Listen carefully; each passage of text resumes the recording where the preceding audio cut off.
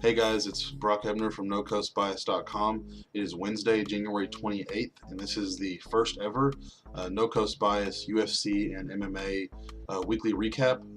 Here we're going to kind of look back on some of the news that happened over the past week or so, the events that happened over the past week, and then maybe even give a little bit of a preview of the upcoming weekend's events. So let's get started. This past weekend, it was UFC on Fox 14, I believe. It was held in Stockholm, Sweden. The main event being headlined by Alexander Gustafsson and Anthony Johnson. The winner going to be getting the title shot with John Jones. So let's go over some of the big fights on the card, or at least the notable ones. So there wasn't a whole lot in the prelims. Nothing that was really big, just a few big moments. More specifically, the one that a lot of people in the MMA world are talking about is Andy Ogle taking on Makwan Amirkhani. I believe it was Amirkhani's UFC debut.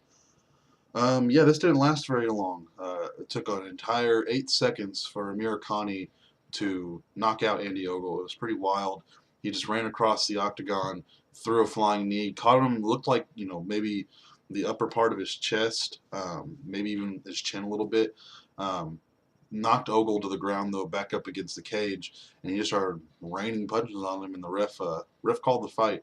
Some people, specifically really Joe Rogan, have been kind of criticizing the stoppage, saying that it was way too early. But when the fight was over, Andy Ogle was trying to wrestle the referee. That's a clear sign that he was out of it. That he was done for. So don't quite understand why Rogan thinks that he was stopped too early. Amirkhani in his post-fight press conference was pretty awesome. He said a lot of funny things. If he keeps it up like this, obviously he's going to be fighting tougher competition than Andy Ogle. But if he can talk the way he's talked at the press conference and put on pretty awesome and spectacular performances, he could be a fighter to look out for here in this coming year, next year, or something like that. Up on the main card, started it off with Akira Corassani taking on Sam Sicilia. Corassani looked pretty awful. He had nothing for Sicilia. Sicilia knocked him out in the first round. So yeah, it was a pretty brutal knockout too. Caught him with a big overhand hook. I think it was his right. Just putting him on the ground. Corassani's hands went up in the air. It was pretty bad. But that's what Sicilia does. He knocks people out. That's his thing. Corassani hinted afterwards that he might be retiring. He's been around for a little while, so yeah, he's thinking about retiring. Hey, it is what it is. It's just what happens. You get knocked out a lot of times. You keep losing. You either get cut or you retire. And I think Corassani is probably going to wind up retiring. After that, it was Phil Davis taking on Ryan Bader. Ryan Bader took it by unanimous decision. The fight was really boring, honestly, to say the least. It was pretty boring. It's these two guys who are incredible wrestlers that didn't really wrestle that much. They have good stand-up, but that's just not the best part of their game. Phil Davis, a lot of people were thinking that he won the fight. I disagree. I think Ryan Bader won the fight. Phil Davis is a wrestler, and he wasn't able to get Ryan Bader taken down at all. Which is, granted, Bader is a big-time wrestler as well, but if you can't take advantage of the best part of your game, you probably shouldn't win the fight. Bader controlled the fight a lot more, so I believe he rightfully won the fight. Our co-main event was Dan Henderson and Gegard Mousasi. Mousasi knocked out Henderson in round 1. People were complaining about this stoppage too. It was too early. Basically, what happened was Mousasi caught Henderson with a jab, and it actually cut like his left eye, I believe. The eyelid was slit open. Mousasi saw it. All we could see on TV was Henderson's eye was getting pretty bloody. Mousasi saw it and started pointing at it as like, "Hey, it doesn't look good." And he was pointing at it, looking at the ref, and that's when Henderson saw that, and he just ran at him and got really aggressive. And Mousasi caught him a couple more times and put him on his back up against the cage. and then whenever he swarmed him, got him with a couple more punches, and then the ref stopped the fight. A lot of people think, including Dan Henderson himself, that he could have kept going. That he wasn't given the right opportunity to defend himself and all this stuff. But let's be honest, if it went another 10 seconds, Mousasi probably would have done a lot more damage to him. He was on top of him. Henderson couldn't really get to his feet. He couldn't get a hold of Mousasi's leg like he was trying to. So it was pretty bad. But Henderson even said the reason why he got so aggressive was he saw Mousasi pointing at his eye. He knew something was wrong. He couldn't see out of it. And he didn't want a doctor to come in there and stop the fight because he knew if the ref stopped the fight and had a doctor come in and look at it, it was going to get stopped because he knew it was bad and he couldn't even see. But yeah, Mousasi got the win. It doesn't really make him look any better though, because Henderson is, I think, 44 years old. He still is fighting. He still is Dan Henderson, but he's the old Dan Henderson. He's not, some high up there fighter anymore. So, but Mousasi's good. He'll keep going up there. But yeah, Mousasi got the win over the legend. And then our main event, Alexander Gustafsson and Anthony Johnson. This was Gustafsson's fight to win. It really was. He was supposed to get the rematch with John Jones. He got injured. They replaced him with Daniel Cormier. He couldn't get his rematch back. So it was pretty much said that, hey, we're going to put you over in Sweden. You're going to fight Rumble. Winner of that fight gets a title shot. And everyone thought it was going to be Gustafsson. His boxing and technique is just better. He's an all-around better fighter in a lot of people's eyes. But Rumble put it on him. Rumble wound up getting the knockout, or I guess you'd call it a TKO, but whatever. In the first round, he just was on him constantly, nonstop, pushing him up against the cage, would not let Gustafsson get any sort of space to use his reach. It was pretty spectacular to see Rumble do what he did. He caught him with a big overhand. He says that he heard Gustafsson's corner talking about throwing a kick, and he's a kickboxer, so he knows kind of how that works. And he told media that, hey, when I heard him call for that kick, I knew exactly how to counter it, and he did. He countered it with a good overhand, put Gustafsson down, and then just did not stop. He took him on his back, really just to his side, and just started wailing punches on him. The referee gave Gus every single chance to fight back and to defend himself. And it's funny because while there are two fights on this card that people were freaking out about that it went too long, didn't go long enough, this went too long in a lot of people's eyes. Especially people did not like seeing Gustafsson being kind of on his hands and knees, and Rumble was throwing these punches underneath his armpit, and Gustafsson's head was just popping back like that 2 or 3 times. It was really bad looking, and that's whenever the referee called the fight. I was like, okay, it's over with. Yeah, Rumble is going to be getting John Jones next, and man, after seeing that, that's going to be an awesome fight. Some people are downing on Rumble, saying that, he got cut for a reason, and yeah, he's made his comeback, but he's not good enough to beat Jones. I disagree. When Rumble got cut from the UFC, it had nothing to do with his ability. This is a man that's fighting at 205 pounds right now. Usually walks around anywhere between 240 and 220. I think it's closer to the 220 side, but he walks around at that. And when he was in the UFC before, he was cutting down to 170 pounds in the welterweight division. That's crazy. A man who's walking around anywhere between 220 and 240 pounds, cutting all the way down to 170 pounds. That's insane. He obviously couldn't make weight there. He tried to go up to 185. He was still having trouble. I remember he came into a weigh-in and was 15 pounds overweight. And that's when the UFC said, okay, you know what? We can't do this anymore. You're done. So he left and went to the World Series of Fighting, and it was there that he discovered that, hey, I'm actually pretty good at light heavyweight. It's a much easier cut for me. I'm still strong and fast at this weight class. People can't handle me. He got a handful of wins in World Series of Fighting, and the UFC said, come on back, but you're going to fight at light heavyweight. You're not going to fight anywhere else. And he's been on a tear. He beat Phil Davis handedly in his return. He took out Little Nog, which was pretty impressive. He knocked him out in the first round, and then he just went in there and mauled the mauler, Alexander Gustafsson. He just took him out. It was really, really impressive. So definitely looking forward to the fight between him and Jones. I say this a lot. A lot of people say this a lot, but he's the guy that's going to beat John Jones. Everyone thought it was going to be Gustafsson. Everyone thought it was going to be DC, and it wasn't. Um, but this is a man that I really and truly believe is going to give Jones the fight that Jones has never seen before. Nobody at that weight class has quite given him a test that Rumble possesses. And what I mean by that is Rumble is super aggressive. He doesn't let up. He doesn't give you the space you need, especially if you have a really long reach like Gustafsson and Jones both have. He gets in your face and puts you up against the cage, which makes you kind of panic. And if you're not comfortable with your back up against the cage, which not a lot of fighters are, it's not easy for you to do anything. He just pushes the pace. Now, granted, his cardio isn't the best. Yes, he did go 3 rounds with Phil Davis, and he looked great in all 3 rounds. But the kind of pace that he keeps, like if he was to go the whole 5 rounds against Gustafsson on Saturday night, at the pace that he was going, he would have gassed out probably in the 4th round, maybe even in the 3rd round. So the key for Johnson is going to be, putting the pressure on, putting it on early, and just beating Jones up in the first 2 rounds and hopefully stopping the fight there. Where it gets really tricky is if Jones gets into the 3rd, 4th, and 5th rounds, where he has a much better gas tank than Johnson does. But Jones has never faced somebody with the kind of power that Johnson has, the speed, the quickness, the aggressiveness that Johnson possesses. I don't think he's ever fought somebody with all those things at one time.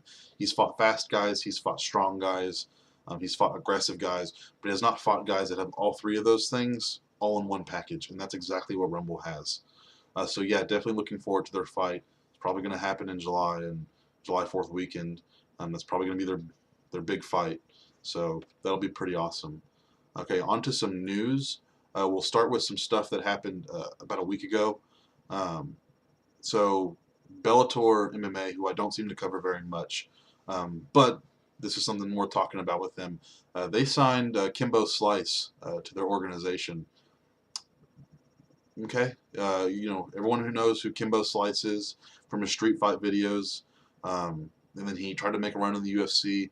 Didn't really work out very well for him. UFC cut him. He went into a few other MMA fights. Did okay. They were much lower class in the UFC. But then he decided to go do boxing, which I believe he's 9-0 in. So he seems to have kind of, at least in the boxing stance, in real boxing, he's kind of gotten it all together. And he claims that he's been doing a lot more MMA stuff as well. That he, welcomes the ground game and everything. So Bellator signed him. That's a big name.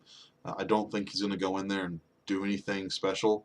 I don't think, he might win if they put him up against somebody small. Or not small, but they put him up against somebody, who's not a high-class fighter. If they put him up against any of the top guys in Bellator, he's probably going to get whipped. But, good for Bellator. They're trying really hard to make themselves notable. Not to say they're not notable, but to make themselves compete with the likes of the UFC. Scott Coker, who used to run Strikeforce, is now running Bellator, and he's really trying to go out there and grab anybody he can. We all know that they're in the running for Brock Lesnar, who I still think is going to come back to the UFC after WrestleMania 31. But they got Kimbo. They went after another guy who the UFC wound up just getting, and that man is Mirko Cro Cop. So yeah, Cro Cop is back in the UFC. I'm not too thrilled about this, honestly. I love Cro Cop. He's a legend, a surefire Hall of Famer. But he's just old, and I don't understand the UFC wanting to hold on to some of these old fighters that just don't have it anymore. I think it was more so just to keep Bellator from signing him. If they can grab him and keep him away from Bellator, it helps them out a lot. But they're also going to be able to use him for some of these European shows, especially when they go to Poland this year. That'll be pretty big for them to have a guy like Cro Cop headlining the Poland show. I believe he's fighting Gabriel Gonzaga again. Last time those two fought, Gonzaga hit him with the nastiest knockout I've ever seen. It was pretty brutal. It was a huge leg kick that just put Cro Cop down. It was pretty bad. I'm assuming that's how it's going to go again. But I'd love for Cro Cop to go in there and win. That would be awesome. So moving on, just yesterday, it was announced that the UFC cut uh, 5 fighters from their promotion. Those 5 fighters being Igor Pokrayets, Tom Ninamaki, Sean Soriano, Mike Rhodes, and Rodrigo Dom. I guess I can see this. Only thing that kind of confuses me is Pokrayets, not necessarily for his ability, but more so that he's a Croatian fighter, and the UFC is about to go over to Poland. I know Poland's not Croatia, but it's around that same area, and I would think they'd want to use um, a guy like that on that kind of a card, whether he wins or loses. I would have thought they would have just used him for that, have him lose that fight, and then they can cut him after they go to Poland. The UFC doesn't have a ton of notable European fighters that they can throw onto one card, given how many fights they like to have in one year, which is just unbelievable amount. Um, they don't they don't have enough European guys to sit there and say that, yeah, Pokrayets, you're not going to be fighting for us anymore when we're going to go to Poland. It doesn't make a whole lot of sense. But the rest of them, it doesn't surprise me. Um, Basically, the rule in the UFC is if you're not a big name and you lose 3 fights in a row or more, you're done. They don't hold on to people like that. They have too many people on the roster to hold on to, guys who can't win a fight, basically. But there are a few guys on here that will probably make a return. Um, I could see Sean Soriano and Mike Rhodes making a return. As for Ninamaki and Dom, I don't know. It wouldn't surprise me. But I can definitely see guys like Soriano and Mike Rhodes making their return back into the octagon after they go to a smaller organization and get some big wins under their belt. So, okay, moving on. UFC 183 is this Saturday. This is the big fight with Anderson Silva and Nick Diaz's return to the octagon. Silva's return is far bigger than Diaz. We're going to go over this card a little bit. It's a pretty big card. It kind of has to be for there not being any title fights on a pay-per-view card. But it's just saying, it's Anderson Silva. It doesn't matter whether he's fighting for the title or not. You put the man on a pay-per-view and it's going to sell. So Fight Pass prelims don't really have a whole lot on it. Diego Brandao is fighting Jimmy Hedis. I don't know what to think of that. Hedis lost his last fight. Brandao got knocked out by McGregor, so I guess that's why they throw them on the Fight Pass prelims. On the Fox Sports 1 prelims, Ian McCall and John Lineker are going at it. This is going to be an awesome fight. I would like to think that the winner of this fight throws himself right into title contention with Demetrius Johnson. A lot of people think that John Dotson is the next guy. I don't know. I feel like the UFC is just a little bit worried about having those two fight again so soon. I mean, yeah, it seemed like it was a couple years ago or so, but I would like to see the winner of this fight take on Demetrius Johnson. That's just my personal opinion, though. Miesha Tate and Sarah McMahon, that's the headlining fight for the prelims. Everyone knows who Miesha Tate is. She's Ronda Rousey's bitter rival. She's taking on Sarah McMahon, who Rousey has also beaten. This is going to be, a pretty good fight. Miesha Tate's going to be trying to keep the fight standing. Sarah McMahon's going to try and get it to the ground, and that's just kind of how it's going to go. I think Tate's probably going to win the fight. I think she's just a little bit better fighter. But this is good for the women's bantamweight division to have that headlining the free parts of this card. Okay, so there's 5 fights on the main card, starting out with Jordan Mein and Thiago Alves making his return to the UFC. I can't remember the last time Thiago Alves was on a UFC card. Okay, I stand corrected. He fought in April of last year, took out Seth Baczynski. But before that, it had been a couple of years since he had fought. He kind of gone on a win lose. But he's fighting the young gun Jordan Mein to kick off the pay-per-view portion of this card. That'll be pretty good. I would love to see Alves win just because I like Thiago Alves. But Jordan Mein, he's a good young fighter, so wouldn't surprise me if he wins either. Talis Ladies is taking on Tim Boetsch in the next fight. Here's how this fight's going to happen. Tim Boetsch is going to be getting his butt whipped for 2.5 rounds. And in that 3rd round, he's going to knock out Talis Ladies. and it's going to be looked at as another awesome comeback from Tim Boetsch. That seems to be how every single one of his fights goes. That if he wins, obviously he's lost fights, but he seems to get whipped by somebody for a round, 2 rounds, 2.5 rounds, and then he comes back and knocks you out or something, and it's an incredible comeback, incredible story. Tim Boetsch is awesome. But Talis Ladies has been on a run lately. He's won his last 4 fights, the last 2 coming by KO or TKO, so I'm assuming he's probably going to keep moving forward and taking this fight. Tim Boetsch will probably get put down again or something like that. I don't see a comeback coming. I'd like for it to happen again. That's just what always happens with his fights, but I think Ladies is going to keep doing what he's been doing. And here's your fight of the night, Joe Lauzon and Al Iaquinta. This isn't your fight of the night because it's going to be an awesome fight. It's because Joe Lauzon's on the card. This man, if he fights on the card, is always fight of the night. It's amazing. I believe he now has taken over Anderson Silva as the UFC fighter with the most post-fight bonuses in the history of the UFC. I think it's 13, if I'm not mistaken. So it's either going to be your fight of the night or Lauzon's going to get the performance of the night. The man just goes out there and puts on a show. He is a warrior. He is so, so good. Whether he wins or loses, it doesn't even matter. He's definitely one to watch anytime he's on a card. I'm glad that he is on the pay-per-view portion because he is worth every penny that you spend. Iaquinta, he's been doing pretty well his past couple fights. He took out now ex-UFC fighter Rodrigo Dam by KO in the 3rd round, and then he knocked out Ross Pearson in the 2nd round back at November 7th. He's a good fighter. He trains with Chris Weidman, with Ray Longo and Matt Serra, all those guys. He's on a run, but I just don't think that you can't. It's hard to put down Joe Lauzon. If this fight goes 3 rounds, it's almost for sure that Lauzon's going to win it. But Iaquinta's strong. He's got power, so it wouldn't surprise me if he knocks him out. I just don't think it's going to happen. But this is going to be an awesome fight simply because Joe Lauzon is on it. So definitely tune into that fight and watch it. Our co-main event is Tyron Woodley taking on Kelvin Gastelum. This is going to be great. It really is. Tyron Woodley was on a tear in the UFC, knocking out Josh Koscheck, taking out everyone in his path.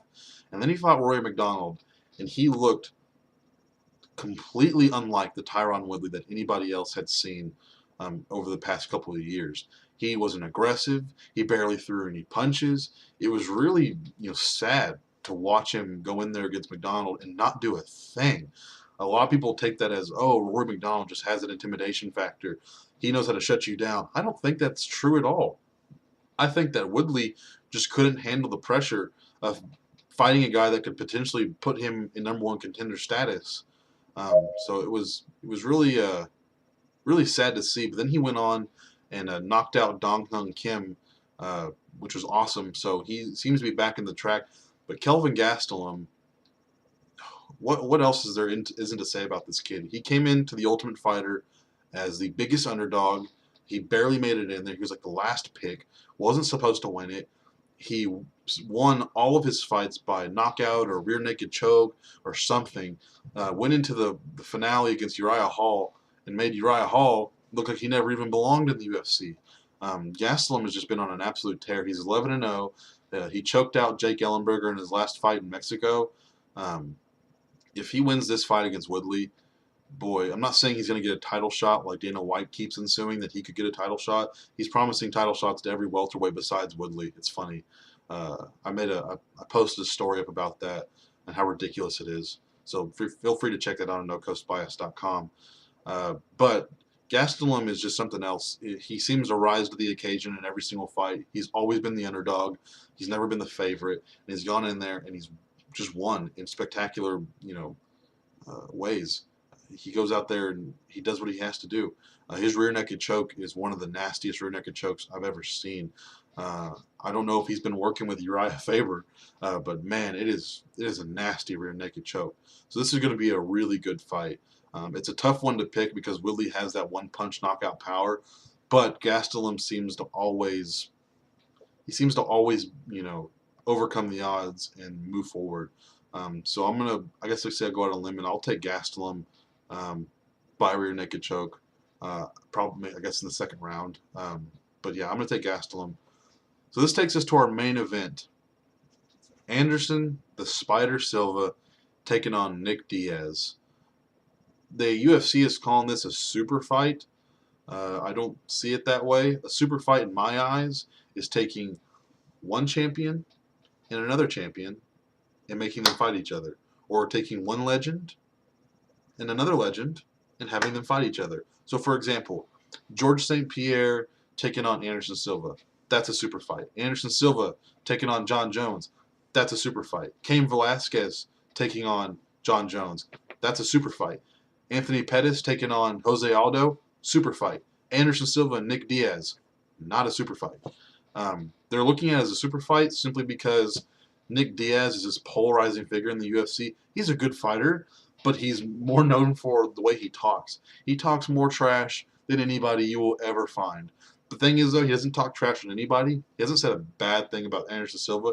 It's just that if you piss him off, if you make him mad, he'll start saying a lot of things about you. But Silva's making his return after that gruesome leg injury that he suffered against Chris Weidman.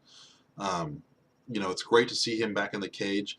It'd be hard to believe that he's going to lose this fight unless something freaky happened again. He's just a better fighter than Nick Diaz. I mean, he's the greatest fighter of all time. He's a better fighter than just about anybody else in the UFC. But it's going to be an entertaining fight. Nick Diaz is going to do what Nick Diaz does. Anderson's probably going to go in there and just wow everybody. He keeps saying that he's back. This is a new and improved Anderson. That he's back. He's back. He's back. He won't stop saying it. So I'm really excited to see his return. Dana White says that if Anderson does win this fight, that he will get a title shot, another rematch against Chris Weidman, or I guess the winner of Weidman and Belfort. So that'll be pretty interesting. I don't like that very much, simply because there's guys like Luke Rockhold and Jacare Souza out there who, if they win their next fights, deserve a title shot. So let's look at this real quick. Anderson Silva is the greatest fighter to ever fight. It's really weird not seeing him as a champion, but he has lost his last two fights, no matter how you want to look at it. He got knocked out by Chris Weidman because he was clowning around and acting like a fool, and then he had a freak accident and broke his leg. So yeah, you can nullify that last fight they had and say, yeah, he lost, but it was a freak accident, and that's how it is. But he's lost his last two fights. On paper, that's how the record shows it. That's how it is. He's lost his last two fights. As good as he is and as great as he is, I don't think that with one win over a guy like Nick Diaz, who's normally a welterweight, who's not fighting at middleweight, isn't the best competition for him to fight or anything like that. I don't think that a win over him deserves a title shot. I think a guy like Luke Rockhold or a guy like Jacare deserve that title shot more. Now, I would love to see Anderson win this fight and then go on and fight one of the top guys, the top 5 guy, to earn himself back into that title shot picture. But it looks like it's not going to happen. If he wins this fight, he'll be fighting Chris Weidman again, and that's just going to be kind of how it is, I guess. But yeah, it's going to be a great card. The UFC really stacked it up for a non-title fight pay-per-view. It's always weird when they do that. But yeah, it's going to be, let's see, the times. The Fight Pass prelims, if you have a Fight Pass subscription, they're going to be starting at about 5:30 Central Time. The Fox Sports 1 prelims will start about 7 o'clock Central Time on Fox Sports 1. And then you can buy the pay-per-view that's going to get started about 9 o'clock Central Time. All of this taking place in Las Vegas. So be sure to check it out if you can. It's going to be a good fight. Feel free to follow me on Twitter at Brocktavius. Also, feel free to follow NoCoastBias.com at NoCoastBias, and check out our website, NoCoastBias.com. There's lots of good stuff on there, so feel free to check it out. We're going to keep doing these things on a weekly basis. Probably record them about every Wednesday, have them uploaded by Friday. So feel free to like the video, subscribe to us at No Coast Bias, and keep checking our stuff out. See you guys next week.